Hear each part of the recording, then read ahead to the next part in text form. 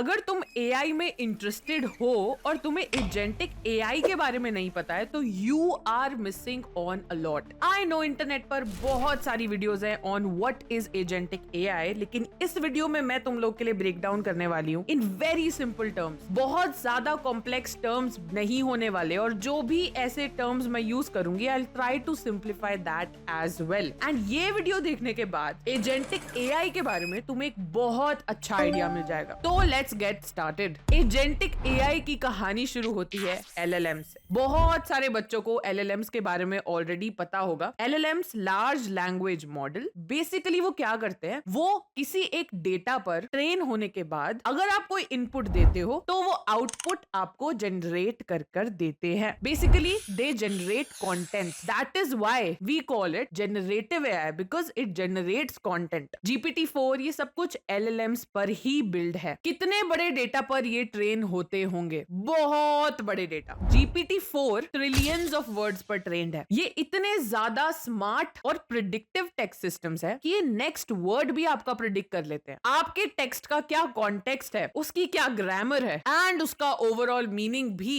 LLMs समझ लेते हैं। तो अगर एलएलएम को मैंने इंडिया की हिस्ट्री का डेटा पूरा दे दिया और मैं हिस्ट्री से रिलेटेड सवाल पूछूंगी तो LLM will actually work great. But let's say मैंने एलएलएम से पूछा कि मेरी नेक्स्ट मीटिंग किसके साथ और कब शेड्यूल्ड है। एलएलएम को इसके बारे में कोई भी नॉलेज नहीं है, और ना ही एलएलएम किसी और थर्ड पार्टी ऐप के साथ कनेक्टेड है। Let's say Google calendar. तो गूगल कैलेंडर से एलएलएम कनेक्टेड ही नहीं है, तो एलएलएम मुझे आउटपुट नहीं दे पाएगा। बेसिकली एलएलएम को जिस भी डेटा पर आप ट्रेन करोगे उसी डेटा के बेसिस पर वो आउटपुट दे पाएगा। तो फिर एलएलएम का बड़ा भाई इंट्रोड्यूस हुआ, that is AI workflows. AI workflows बहुत ही ज्यादा सिंपल थे। आप बेसिकली अपने एलएलएम को एक थर्ड पार्टी ऐप से कनेक्ट कर दोगे। अब अगर मैं अपने एलएलएम से पूछती हूँ मुझे बताओ मेरी नेक्स्ट मीटिंग किसके साथ है, तो एलएलएम को एक्चुअल में गूगल कैलेंडर का एक्सेस है, और एलएलएम जाएगा गूगल कैलेंडर के पास और उससे इंफॉर्मेशन लाकर मुझे आउटपुट में दे देगा। लेकिन यहाँ पर भी एलएलएम को मैंने,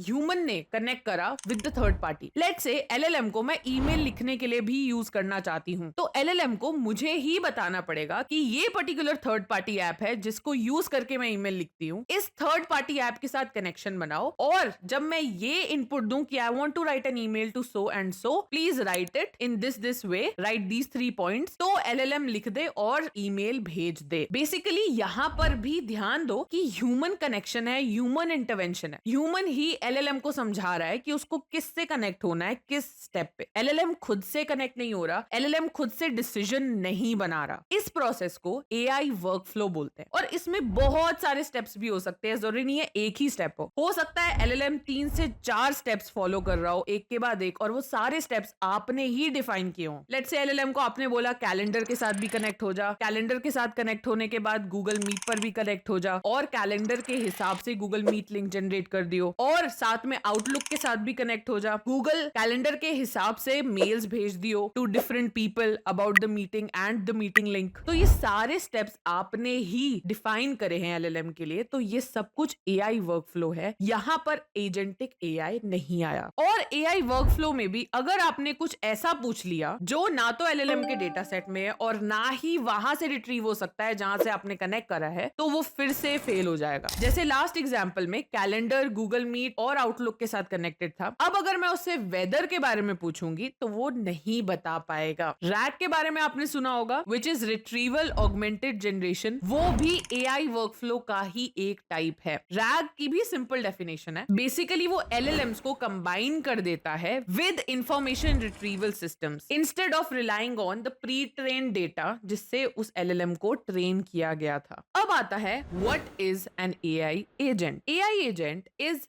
one step above of AI workflow. Basically, अब आपको कुछ भी बताने की जरूरत नहीं है। कुछ प्री डिफाइंड स्टेप्स होंगे, कुछ प्री डिफाइंड प्लान होगा। आप अपने AI एजेंट को एक टास्क दोगे और उस टास्क के अकॉर्डिंग वो एक प्लान बनाएगा और उस प्लान को खुद एग्जीक्यूट करेगा, और एग्जीक्यूट करते हुए वो खुद डिसीजन बनाएगा कि ये एग्जीक्यूट कैसे होगा। तो it makes all the decision by itself. यहाँ पर ह्यूमन डिसीजन मेकिंग की जरूरत ही नहीं है। Basically AI agents goal oriented programming करते हैं। गोल ओरिएंटेड मतलब एक पर्टिकुलर गोल है जिसको वो चेस कर रहे हैं और उस गोल को पाने के लिए वो बहुत सारे स्टेप्स की प्लानिंग करता है, अलग अलग टूल्स को यूज करता है depending upon what tool will be best. Memory को भी वो यूज करता है, नॉलेज को भी वो यूज करता है। तो एज अ एजेंसी वो आपका काम पूरा करता है। बेसिकली एआई एजेंट्स 4 स्टेप में काम करते हैं। Number 1, perceive. एआई एजेंट्स बहुत सारे डिफरेंट सोर्सेज से गैदर करते हैं डेटा को और प्रोसेस करते हैं। डिफरेंट सोर्सेज जैसे कि sensors, databases and digital interfaces. Meaningful features extract करता है, ऑब्जेक्ट्स को अलग अलग रिकॉग्नाइज करता है और जितनी भी रेलिवेंट एंटाइटीज है उन्हें आइडेंटिफाई करता है। नेक्स्ट स्टेप है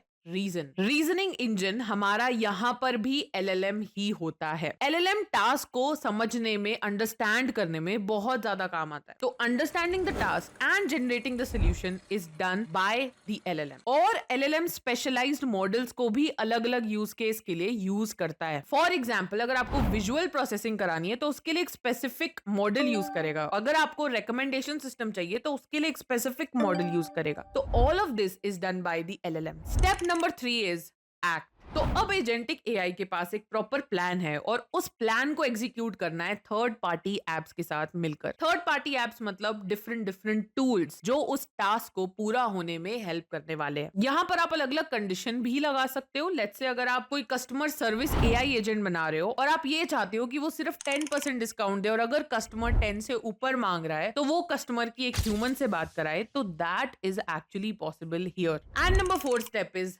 लर्न। एआई एजेंट्स का एक फीडबैक लूप है। बेसिकली जो भी डेटा जनरेट हो रहा है उनकी इंटरेक्शंस की वजह से वो डेटा वापस से मॉडल में फेड होता है ताकि वो मॉडल अपने आप को इंप्रूव कर सके। तो बेसिकली वो हर एक सेकंड में खुद को एक्सट्रीमली इंप्रूव करता जा रहा है। And this is what an AI agent is. अगर आप चाहते हो कि मैं एआई के बारे में और ज्यादा वीडियोस बनाऊं तो प्लीज कमेंट सेक्शन में जरूर बता देना। एंड अगर तुम जानना चाहते हो कि वेब डेवलपर बनने का बेस्ट तरीका क्या है तो मैं यहां पर लिंक कर देती हूँ उस वीडियो को और वहीं पर तुमसे मिलती हूँ। बाय।